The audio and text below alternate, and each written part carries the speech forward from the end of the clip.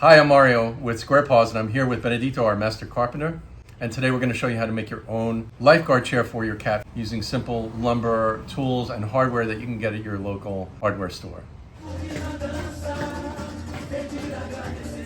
You know this is going in the video, right? Everything is going to be cut out of 3/4 material, plywood, and 1x3 by 6 foot long pine. You can get poplar, which is easier to paint. You can also get it pre-primed. Since everything's going to be white, that'll save you time in finishing.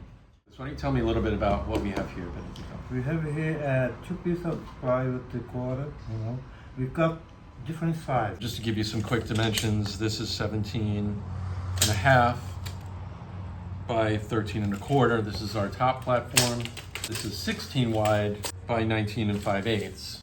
They're gonna be overhang like this. Right, so you'll see as we make this, we're going to use this, the sticks basically for the cross bracing for the sides for the support. And this is going to serve as a kind of footrest, and this will be the seat.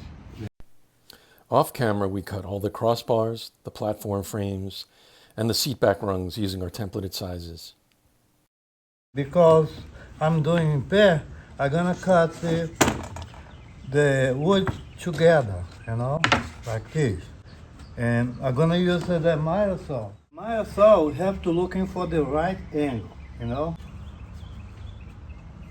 Looking for the arrow here, 25.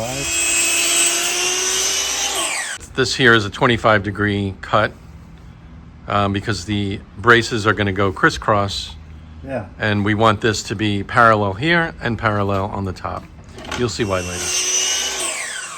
This piece that he's cutting right now is going to serve as an angle piece that will hold up the footrest portion of the lifeguard chair. Yeah. Straight cut. That's And we're going to put a little chamfered edge on it.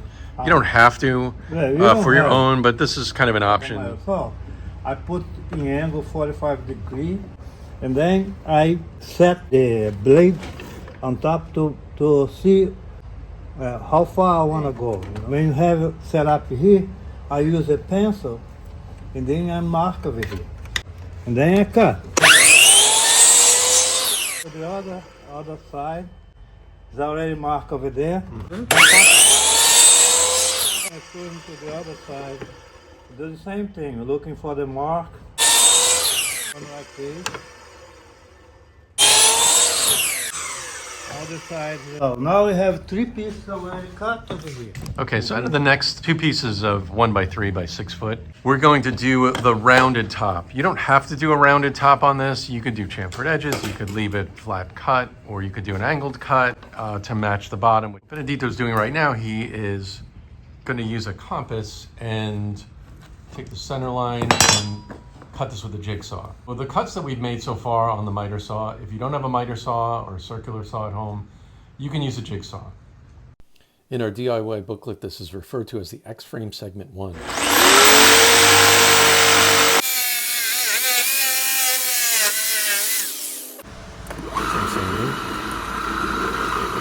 Benedito, what's the overall size of this, from the front cut here, just to give them a sense. I think it's like 3'10". Yeah, this is about 3'10". He's going to cut that 25-degree angle on the bottom, which is going to hit the floor in our assembly on the miter saw.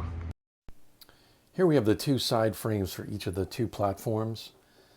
These frames are going to help us attach it to the chair frame. Plus 3/8. 3/4 plus 3/8 is 1 1/8. First hole will be 3 inch, and 1 1/8.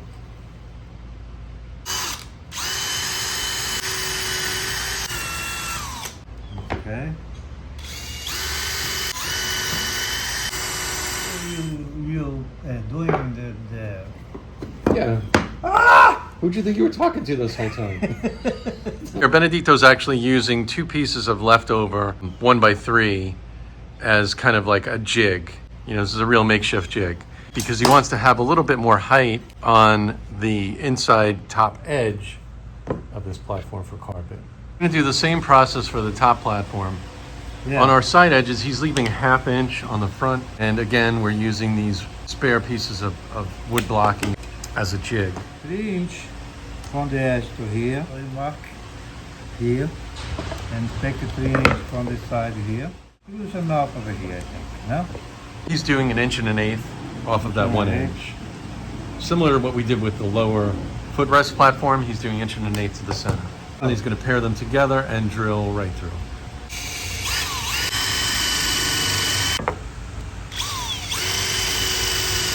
But it's great to have a countersink plate like this because it gives you a little bit of depth. See, this piece is gonna be like this, you know? And the other piece is gonna be like this. Way. He's lining it up with his markings in pencil. You want to use pencil on wood, you don't want to use marker, because marker, even though you'll be priming the wood here, marker can telegraph through paint.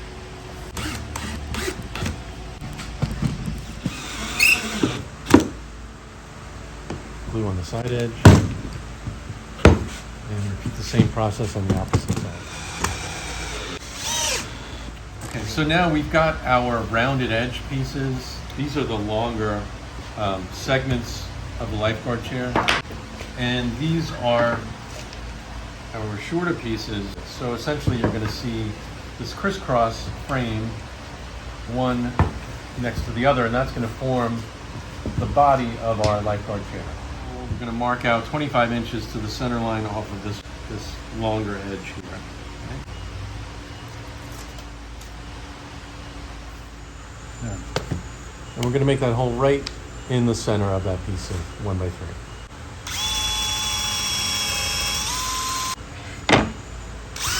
Pieces. This will be the back slung portion of the chair. This will be the front. This dimension of 25 inches off here is going to be 25 inches off the center to this connection, so we connect these. Okay?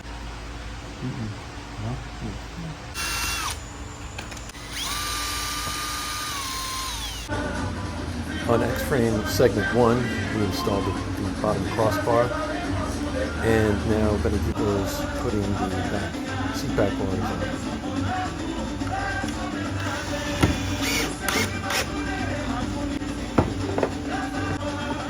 Again, he's using a piece of the side rungs to be a spacer for the backs of the chair.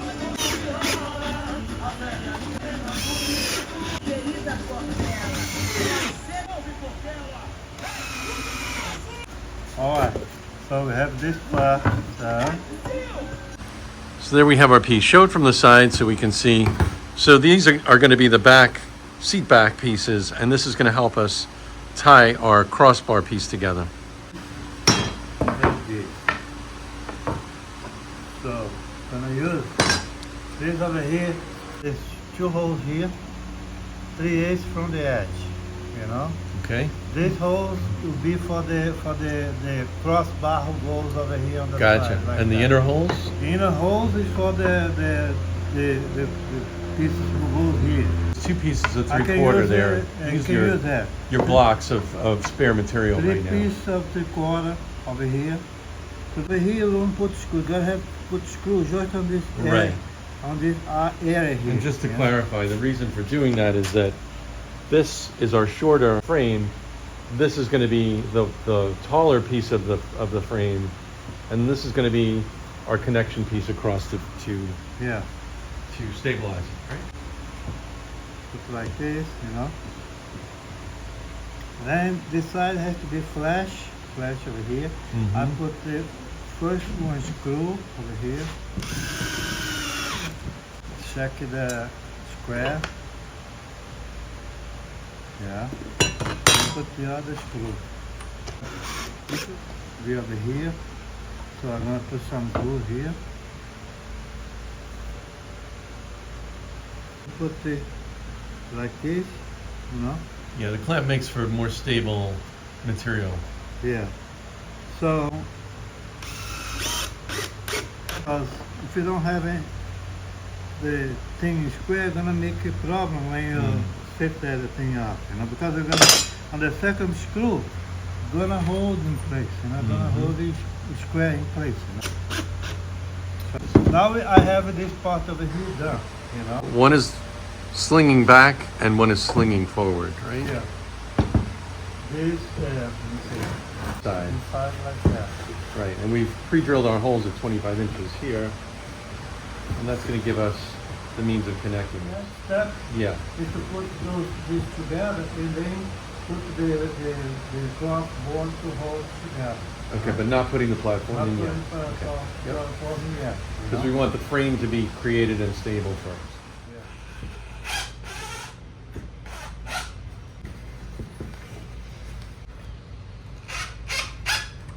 Crossbar pieces, right? Yeah. And this is going to help us set the actual dimension. So this will be like this. One Mhm. inside and the other outside like that, you know? Like this. So there'll be a gap on the back. That's okay. So if people have clamps, can they clamp this together while they're doing this? Can you show? Yeah. So you've got that there. That over here. Okay. Yeah. Don't need to be exactly, you know, put on the center like that and put another one. Follow the same situation, huh? Like this. Right, so just to be clear, we've got a gap at the back because, again, we would normally route these two slung pieces of the frame together so that they would be flush with each other. But to make it simple for you guys at home to construct, we've made just kind of a butt construction here. Okay. So then you put this other one over here. He's clamped the frame on one side. You could clamp it on both sides. He's going to put a little glue on surfaces that touch. Clamp it here. And that angle that we cut on this is going to fit just nicely with the pieces that's coming.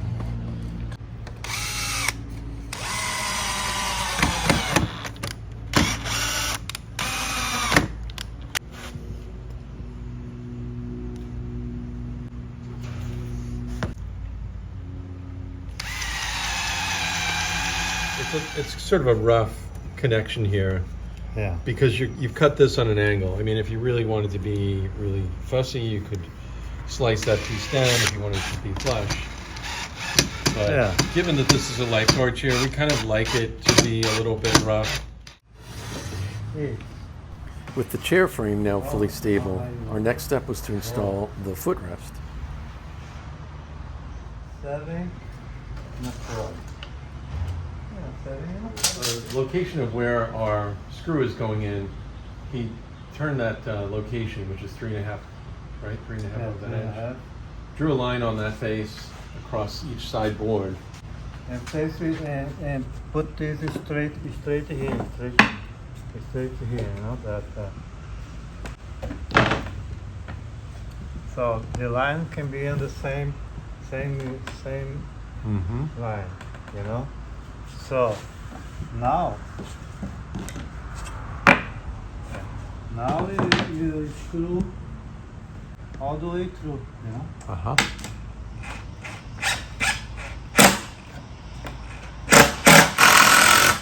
The brackets that we made previously are going to hold this up. And what we want to do is we want to keep this geometry here, this kind of angle. So we're going to have the same location side to side here as we'll have side to side here. That's how we're going to look at it. Again, we like this aspect of things feeling, rough and rustic, but still having this great geometry to it. Okay. Right. Okay, so it's 7.5 inches in terms of the parallel dimension here. 7.5 from piece to piece, and now he's going to screw it together. You got to see the level here. Yeah. So we're taking a level, and we want to make sure that the seat is as level as possible. You could also screw from the outside. It's not so terrible. Again, you choose how complicated you want to make this. And now the same for the opposite side.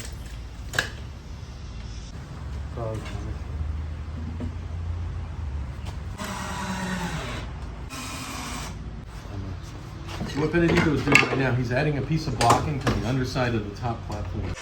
We're going to use that to anchor it to our front slings of the frame. So right now it's sitting on the top block edges of the front sling of the frame, And that's what's pretty much holding it in place. We're going to screw our brackets into those sides. And then we're going to screw at the back, right, Benedito? Yeah, let's do it. One thing that's really important is there has to be 6 inches of horizontal space for the cat to jump and get around, because they'll tend to get up to one point and see if they can get to the next space. Sometimes if they want to turn around, they need a good 6 inches of space. So if we check that block, we're at 6.5 inches. So we're good with this location. And he's using a panhead Phillips screw that's a number 6 by 1/2 inch for these type brackets.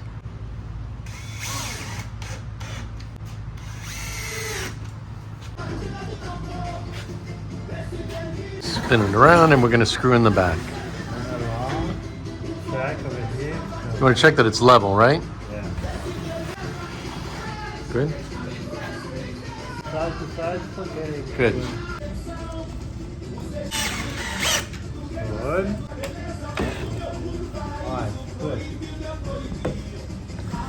So there we have the chair for the most part. Dance break.